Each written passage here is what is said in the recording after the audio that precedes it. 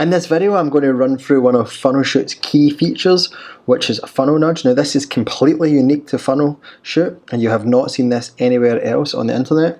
And in this video, I'm going to show you how it works, and I'm going to give you an overview of some of the things you can do with Funnel Nudge.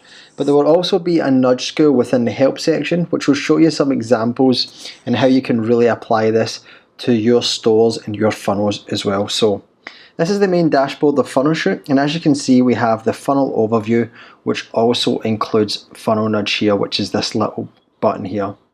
Now, the funnel overview gets all of its figures from your Facebook ads, so that's the key thing to remember here.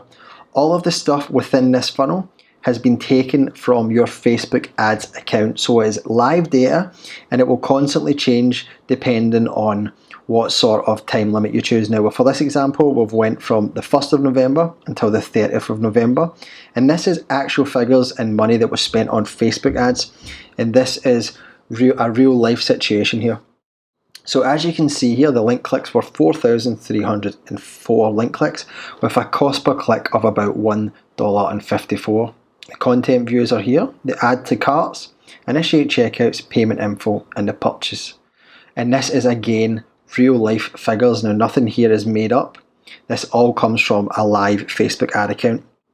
Now, if we go up to the top here, you can see we have two different tabs. We have currency and percentage. Now, we can click this here and we can change back and forward to see what we prefer. And it shows you drop-offs in the funnel, which is massive when it comes to basically analysing how well your funnel is doing. Now, if you look here, we can see that from content view to add to cart, we had a 9.5% conversion rate. From add to cart to initiate checkout, we had a 78% conversion rate.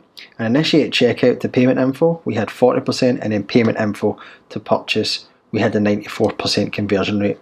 And the red here that you see is the percentage rate of the drop off. So if you were looking at this funnel right now, just by seeing this, you could see that actually you have probably the biggest drop off in your whole funnel at the content view, and then at the initiate checkout we both have 59% and 90%. So just within that 2 seconds of looking at this, I can see that I could probably make changes within these steps and could basically help our store make more profit. If we switch it back to currency, we can actually see the same figures, and we can also see a monetary value in loss. So we can actually see that this here, the content view drop off, is actually cost us $5,000 in spending. This is real money. So we can see here, if we just change this slightly, we could probably save ourselves a certain amount of money.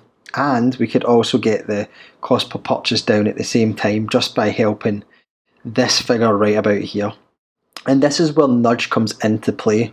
Now, what nudge does, which is this button here, nudge basically takes these real life figures and allows you to take them into a sandbox mode. And within that sandbox mode, you can manipulate any of the figures that you see in this funnel. And this is really beneficial because it helps to show you and visualize the sort of numbers you need to achieve at each step in order to be profitable. So in this example here, let's say that the $62.60 is not profitable. So what we can do is we can go into the nudge mode, and as you can see, we have down the funnel and we also have nudge up the funnel. Now, down the funnel means that anything I manipulate in this funnel, so for example, if I manipulate the link clicks here, the figures will change down the way. Now, if I switch it to up the funnel, anything that I manipulate will manipulate up the way. So for example, let's say here, I want to see with my current figures what my cost per purchase would be if I changed my link clicks to $1. So all I would have to do there is change something in my ads, get the cost per click down to $1. Now, how we do that is, again, we're in nudge mode. Now we have put the nudge mode on down the funnel, which is these arrows here.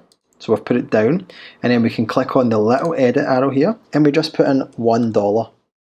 Now, when we click the tick here to save that in, if we watch the bottom here, it's going to manipulate the exact same amount of link clicks, and it's going to keep all of these figures, but it will manipulate the bottom end of the funnel. So if I save this, and that's now changed to $40. So you can see just by changing this to $1, we can now see that our cost per purchase is $40.46. Now this is seriously powerful when it comes to getting your figures correct and understanding, especially because you know that this is real life data coming from Facebook ads as well. Now if I wanted to reset that, I can just click on this and it takes us back out and it puts it all back to normal again. And again, this is the actual data from Facebook. Now if I go back into Nudge again, I can actually see, for example, if I've got a cost per purchase target that I want to hit, and let's say that the cost per purchase target that I want to hit is $50. Now, if I wanted to see what my cost per click has to be, then all I have to do is nudge up the way, go to edit, and go to $50, and then click tick. And this will tell me that if I have a cost per purchase target of $50, then what I should be aiming to hit in my link clicks is about $1.22. Now, again, this is seriously powerful. If I close it down again and reset the nudge. Now, if you remember when we first started this scenario, we said that one of the biggest drop-offs here was content view. So I wanted to save a little bit of money in this test scenario, and I was thinking, right, 9.5% add to cart, I could probably get this to 12%. So what I can do here again is put this into test mode and see if how I nudge this up to 12%, what my cost per purchase is going to be.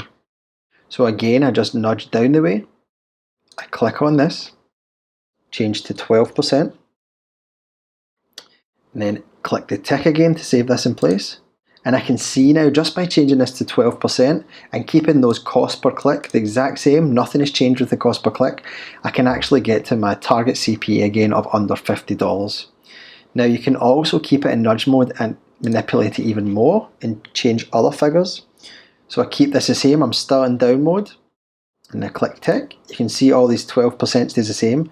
And now just by getting the cost per click down to $1.20, again I've saved more money. Now this can be changed hundreds of thousands of different ways, and it's a good idea to just mess about and see what sort of figures that suits your funnel and your product as well. So that's a quick overview of how it works.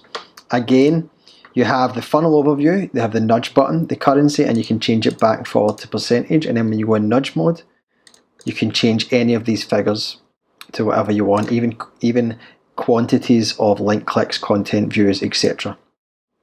So I hope that helps, and if you've got any questions regarding the funnel nudge feature and the funnel overview, please again contact our support if you're struggling with anything, and we would love to help you out and answer any questions. Thanks again for watching this video.